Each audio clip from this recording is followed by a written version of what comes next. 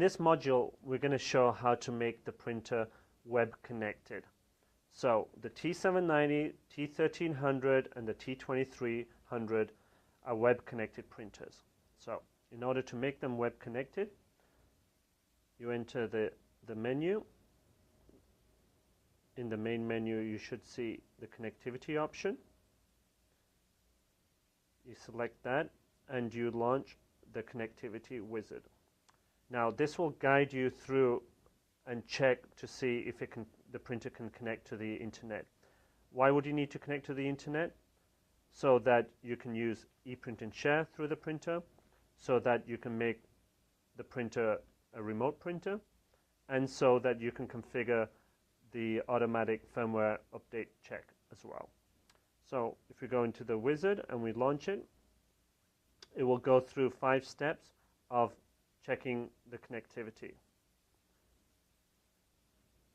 First of all, it shows you that it is connected to the network. It has an IP address. You press continue and it will verify all the network settings. Once that's done, now it will check to see if it can connect to the internet, and it will go through all those checks.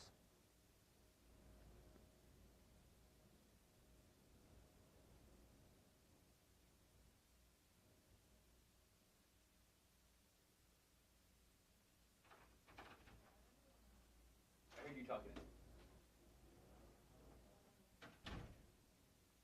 Once those are configured, you go on to the next step. Now it will try to connect to the ePrint and share server.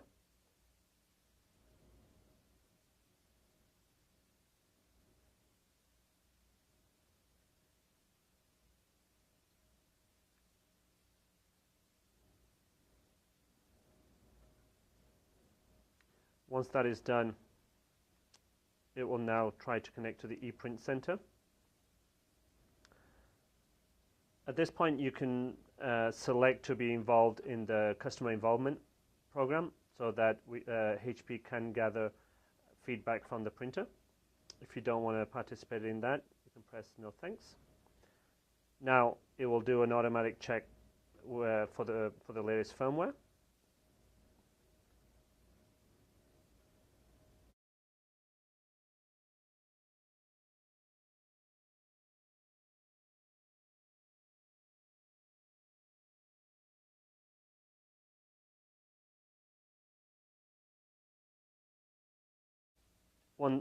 Once that is checked,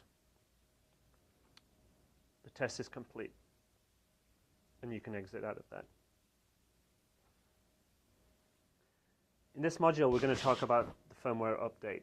There's 3 ways of updating the firmware. The first method is using a USB stick with the firmware actually loaded on it and inserting it into the USB slot.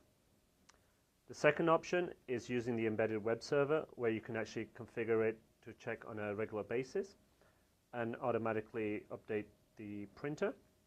And you can also do it manually through the embedded web server also.